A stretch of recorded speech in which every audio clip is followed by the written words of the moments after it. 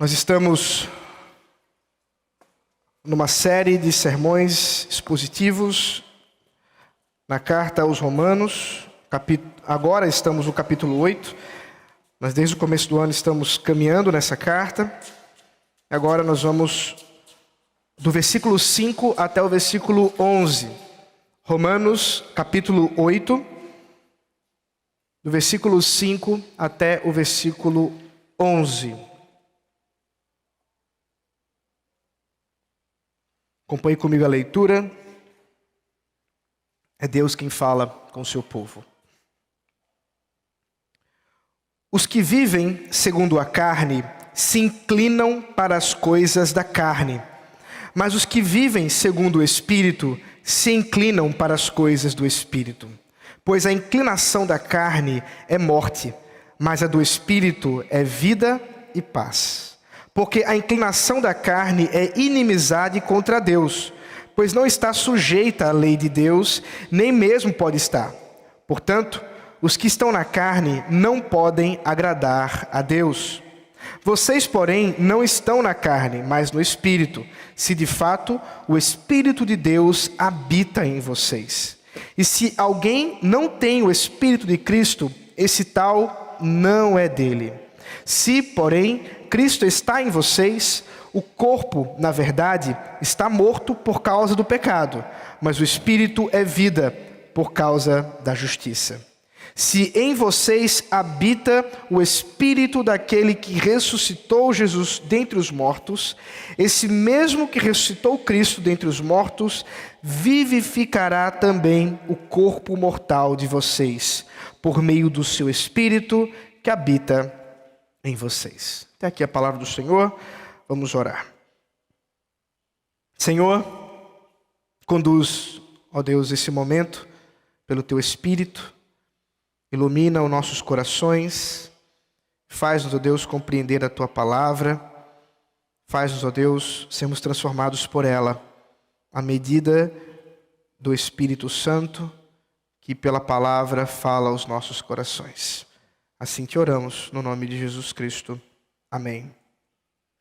Meus irmãos, é curioso pensar, algumas pessoas que viveram, né, a igreja desde os seus momentos mais jovens, né, aqueles que foram criados na igreja, como normalmente nós falamos. Porque se você perguntar para uma dessas pessoas quando foi que eles se converteram, né? Quando foi que Deus mudou a vida deles, muitos desses vão ter dificuldade de reconhecer o dia, a hora e o local. Alguns até conseguem dizer alguma coisa, mas é bem verdade que muitos não conseguem assim. Eu me lembro do reverendo Francisco Leonardo, avô da minha esposa, que dizia que por muitos e muitos anos ele tinha inveja de um amigo dele. Porque o amigo dele teve uma história assim de pecado, de perversão, de maldade, mas aí o Espírito Santo de Deus veio e converteu ele e ele transformou da água para o vinho. O reverendo Francisco Leonardo contava que ele ficava com inveja porque ele não tinha essa história para contar. Desde muito cedo ele foi criado na igreja reformada lá na Holanda, foi conduzido assim pelos seus pais, aprendeu o catecismo, aprendeu a palavra de Deus, cresceu. E se alguém perguntasse para ele: reverendo, quando foi que o Senhor foi transformado? Qual foi o dia, a hora? Ele dizia: eu não sei dizer, o Senhor Jesus sempre esteve em minha casa, o Senhor sempre esteve comigo.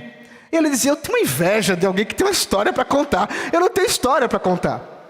E muitas vezes nós somos assim, não é mesmo, irmãos?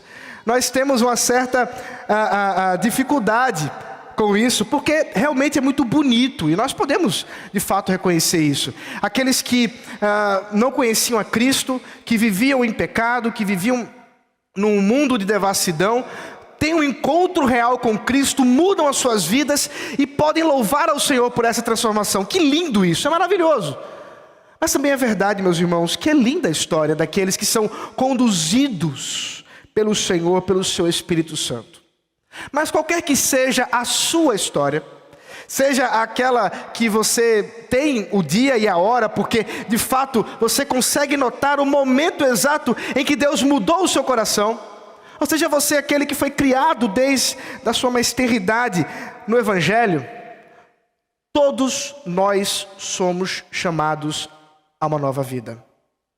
O apóstolo Paulo, escrevendo, portanto, aos Romanos, nesse momento da carta, nós já temos visto que ele está tratando da graça de Deus, do seu santo evangelho, e de como isso é transformador e libertador, e de como que a lei não podia fazer isso, vimos no capítulo 7, mas como que de fato o Espírito Santo transforma o nosso coração, e como que isso somente por Jesus Cristo poderia acontecer. Agora nos mostra que de fato há uma mudança na vida daqueles que foram transformados pelo evangelho. Há de fato uma mudança no comportamento daqueles que antes viviam na inclinação da carne e que agora vivem pelo poder do Espírito Santo que habita em seus corações. E de fato há uma diferença. A nova vida é uma vida de santificação, é uma vida de santidade, de busca pelo Senhor, de busca pela vontade do Senhor. E talvez seja essa muitas vezes a questão que atormenta o nosso coração. Se eu sou crente, se de fato eu conheço a Cristo, será que eu tenho manifestado uma nova vida?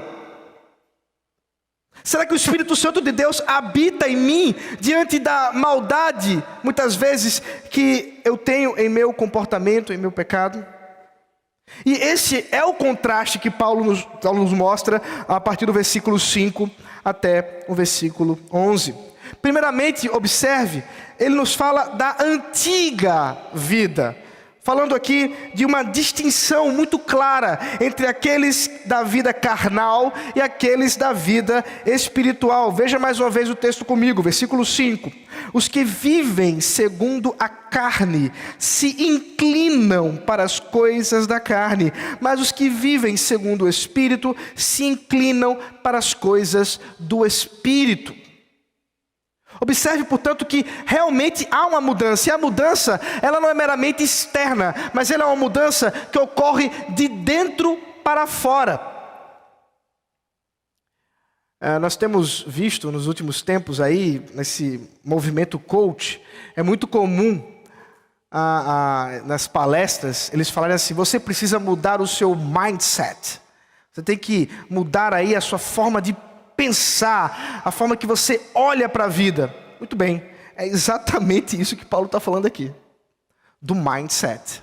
Só que isso não pode ser feito por homens. Você pode ir para palestras das que forem dos maiores coaches do mundo, não importa. Você pode gastar aí todo o seu dinheiro. Mindset, mudança de coração, mudança de mente, só ocorre na habitação do Espírito Santo de Deus. Isso Paulo já nos mostrou no capítulo 7 com muita clareza. E agora, mais uma vez, ele mostra que há uma diferença. De fato, aqueles que vivem em carnalidade ou na inclinação da carne, eles têm uma característica, eles têm um comportamento, eles têm uma forma de pensar, eles têm uma cosmovisão específica.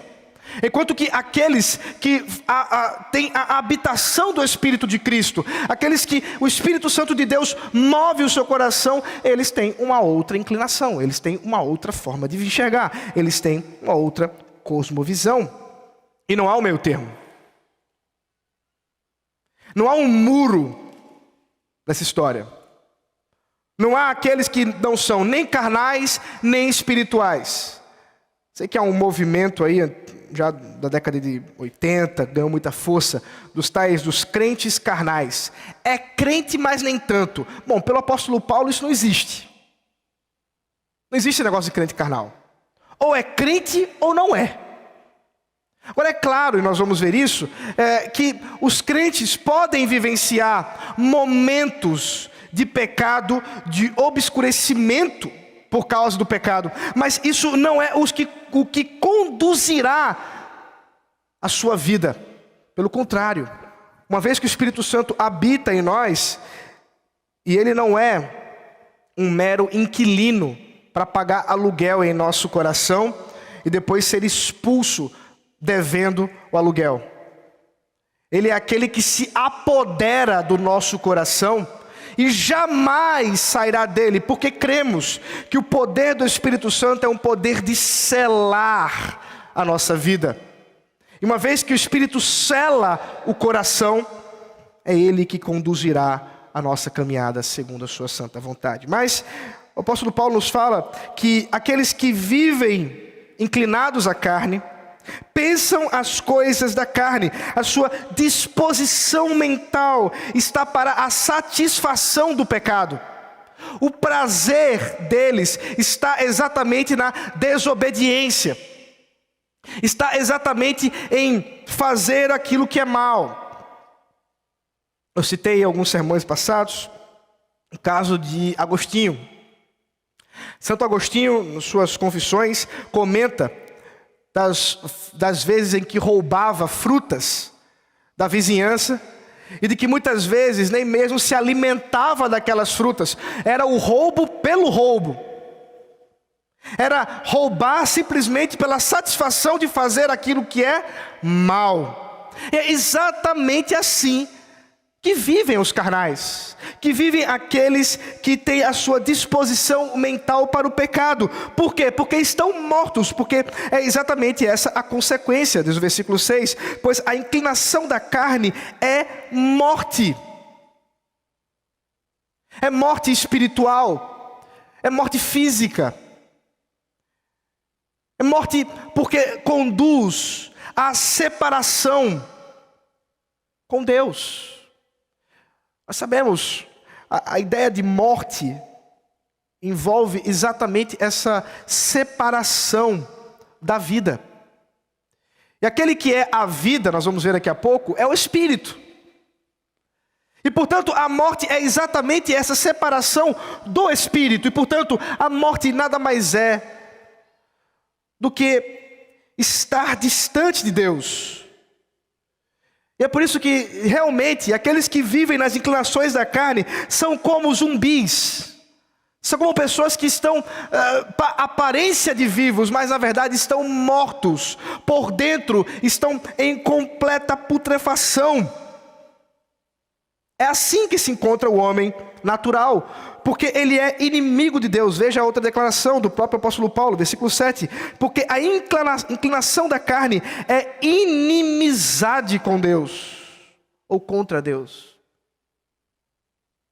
Sim, aqueles que estão na inclinação do pecado, eles não só têm um desejo, uma disposição mental para o pecado, eles não só estão mortos porque estão separados da vida, mas eles também são inimigos de Deus. Eles estão em pé de guerra contra o Criador dos céus e da terra. Por isso, para eles é impossível agradar a Deus. O verso 8 nos fala isso. Portanto, os que estão na carne não podem agradar a Deus. Esse é o quadro do homem natural. Esse é o quadro do homem sem Deus. Essa é a situação do homem em sua vida pregressa, sem Deus, sem Cristo, sem o Espírito Santo. Uma desgraça, uma vida de guerra com Deus, uma vida de impiedades e perversidades no pecado, uma vida de morte. O cheiro de morte exala do seu ser. No entanto, há aqueles que foram habitados pelo Espírito Santo. A estes o apóstolo Paulo chama de espirituais. Aqueles que são inclinados pelo Espírito. Os que vivem segundo o Espírito, que se inclinam, que têm, portanto, a disposição mental para a adoração a Deus, porque tem sua mente cativa em Cristo. Veja o versículo 5. Mas os que vivem segundo o Espírito se inclinam para as coisas do Espírito.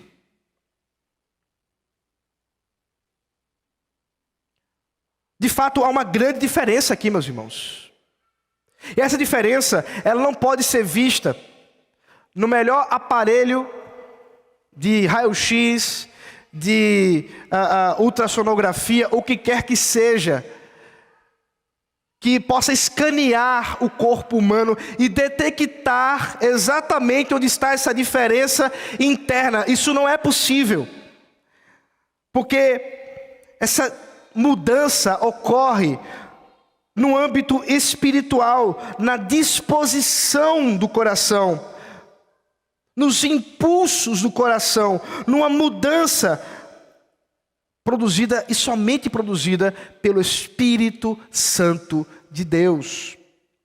Portanto, aqueles que foram transformados pelo Espírito de Deus, aqueles que o Evangelho de fato transforma, eles têm a sua mente cativa em Cristo. Agora, a disposição dos seus corações, a disposição mental, o seu mindset, não está mais ao pecado, mas agora para a honra e para a glória de Deus.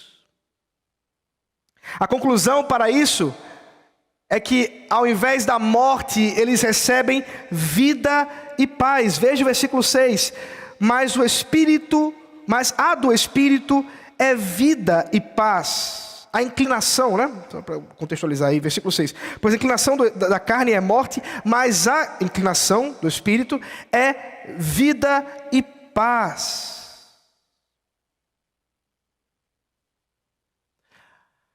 Às vezes, nós não entendemos porque o mundo vive em tanta guerra.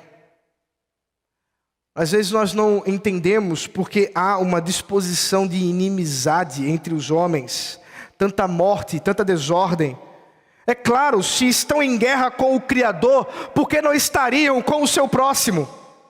Mas aqueles em que o Espírito Santo de Deus habita, há paz, há descanso em suas almas.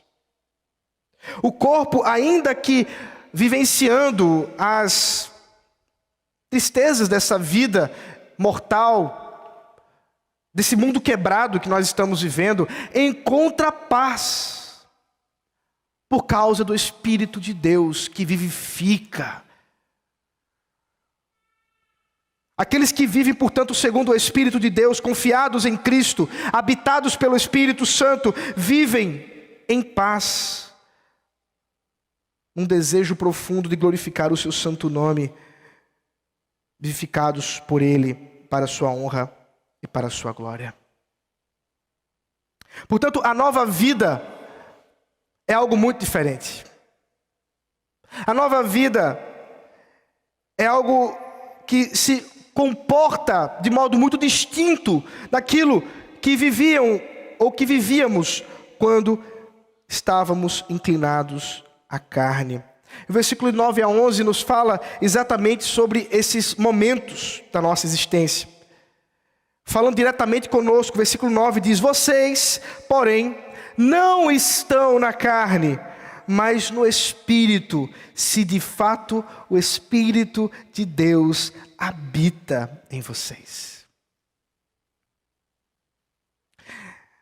Há alguma confusão em nossos dias com respeito à doutrina do batismo com o Espírito Santo, no Espírito Santo, pelo Espírito Santo, como alguns tentam fazer distinções.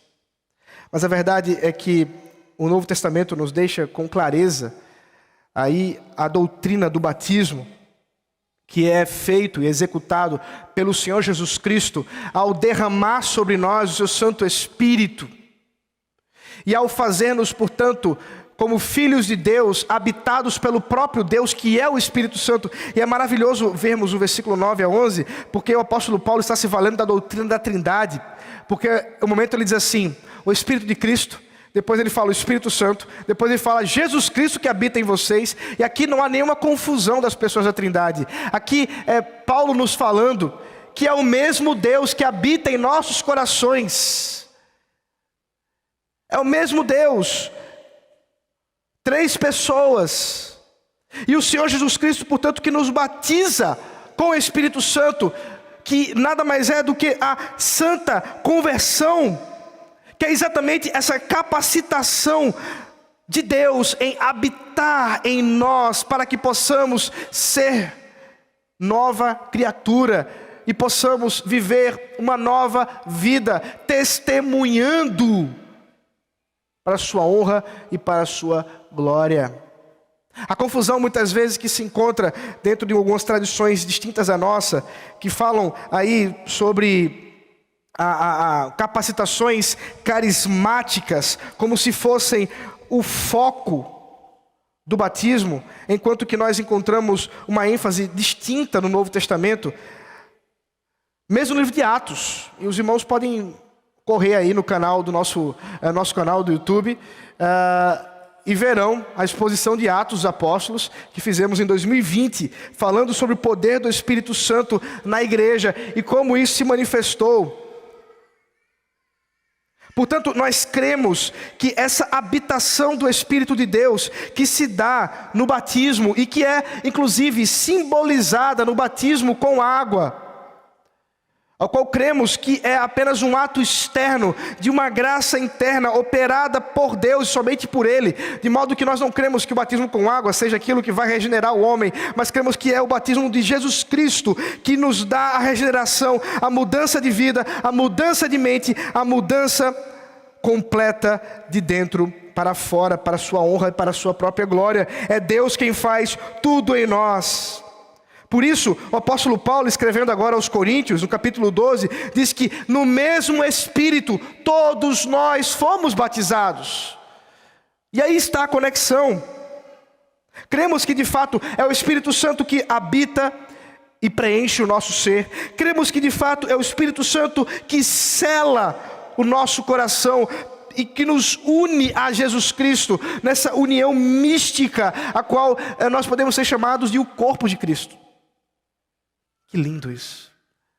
Você, comigo, com aqueles que estão ao seu lado, são chamados de o corpo de Cristo. Por quê? Porque nós estamos unidos a Cristo.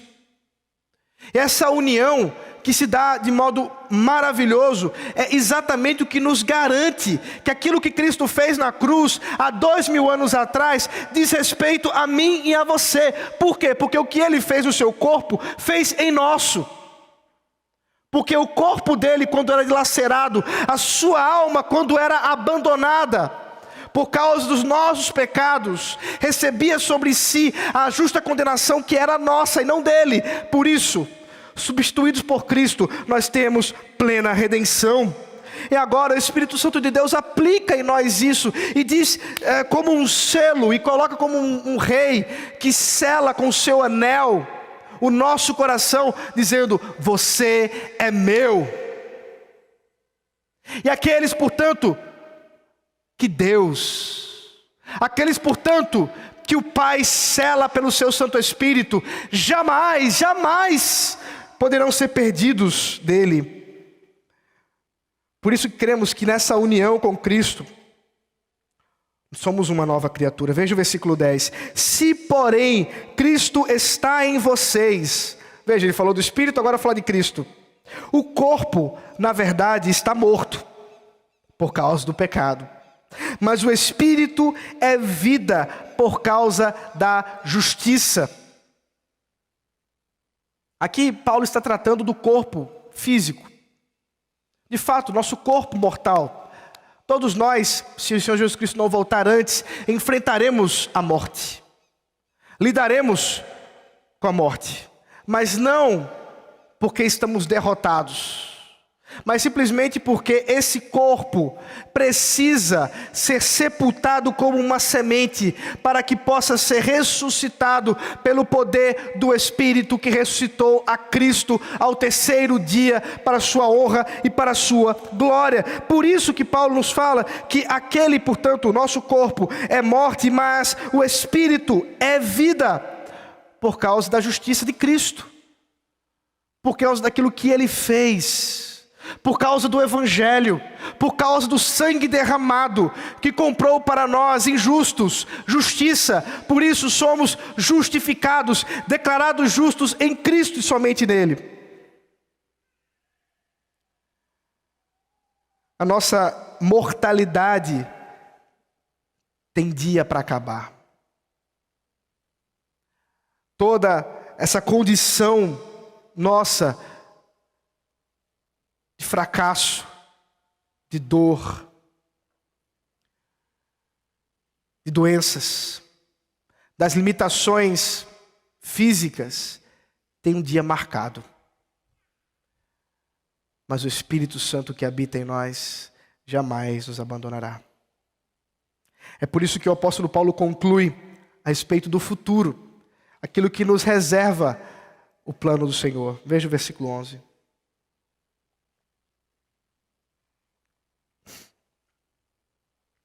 Se em vocês habita o Espírito daquele que ressuscitou Jesus dentre os mortos, esse mesmo que ressuscitou Cristo dentre os mortos, vivificará também o corpo mortal de vocês, por meio do seu Espírito que habita em vocês. Aí está a nossa esperança. Aí está a garantia. É que assim como Ele habita em nós, Ele também nos ressuscitará naquele grande dia, naquele momento, a qual dia e hora já estão reservados no plano de Deus. Ninguém conhece, mas Ele já tem determinado. Por isso, a última batalha se travará, onde nosso corpo mortal se transformará em imortal, eterno, glorificado, para habitarmos em novos céus e nova terra no Senhor, com o Senhor. Mas isso está reservado para aqueles que hoje têm o Espírito Santo. Essa esperança não é para todos. Há uma diferença. E nós precisamos lidar com ela hoje. Nós precisamos considerar essa diferença. Qual é a vida que você tem levado? Nós somos levados à reflexão nesse momento, meus irmãos. Há diferenças fundamentais entre aqueles que vivem em impiedade, aqueles que vivem na inclinação do pecado e aqueles que vivem segundo a vontade de Deus. Qual é a sua situação hoje, meu irmão e minha irmã? Qual é a sua situação hoje, queridos? Qual a inclinação do seu coração diante da vontade de Deus? Nós precisamos considerar que quando nós diminuímos essa distinção entre os crentes e os incrédulos, nós estamos diminuindo o poder de Cristo para a salvação. Há sim uma diferença. Precisamos viver uma nova vida se o Espírito Santo de Deus habita em nós. E por isso eu quero me direcionar a você que talvez esteja vivendo uma vida carnal. Talvez o seu coração esteja inclinado para o mal, os seus pensamentos se voltando contra Deus, e numa profunda inimizade contra Deus você tem vivido. A palavra do Senhor é como espada, que penetra ao mais profundo da alma, e a única que tem poder para transformar o seu coração. Hoje, o Senhor te chama. Hoje, o Senhor, pelo seu Santo Espírito, na sua palavra, anuncia a todos aqueles que vivem em pecado: arrependam-se. Clame ao Senhor.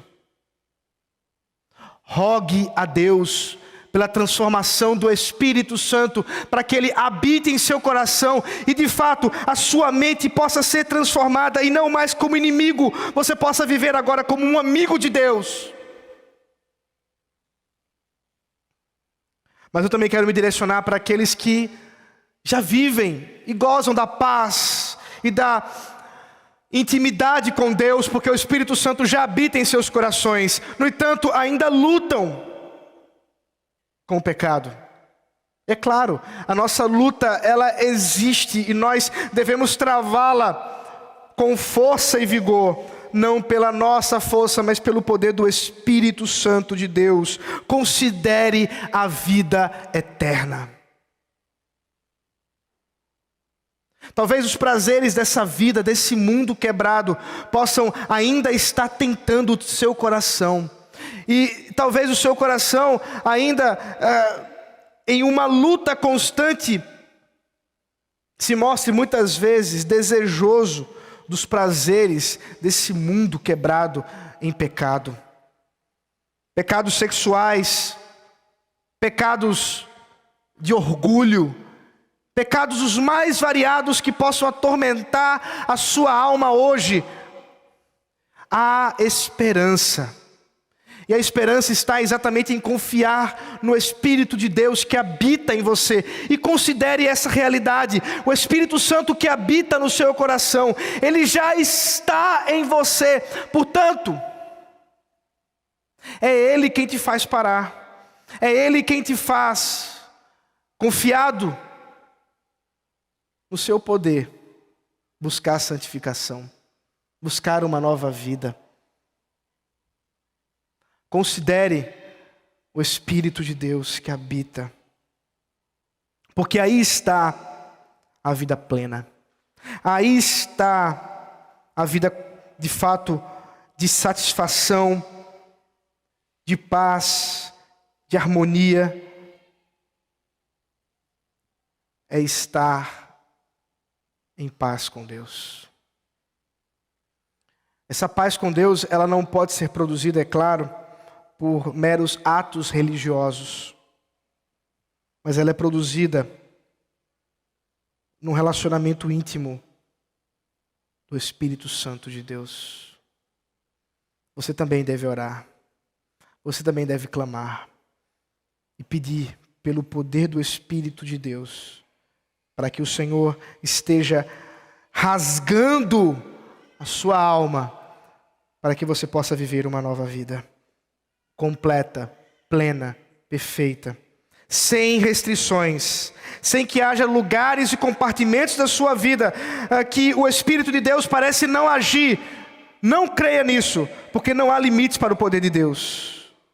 Viva o perfume suave da nova vida com Deus, e assim possamos viver no Senhor. Feche seus olhos, vamos orar. Senhor, nós estamos diante de Ti, confiados pelo poder do Espírito Santo, para que transforme nossos corações, para que mude a nossa vida conforme a Tua vontade. Ó Deus, restaura, Senhor, o nosso ser. Restaura, Senhor, para a Tua honra e glória. Ó Deus, rogamos que Teu Espírito converta corações, que Teu Espírito purifique os corações, que Teu Espírito nos dê a convicção de pecado,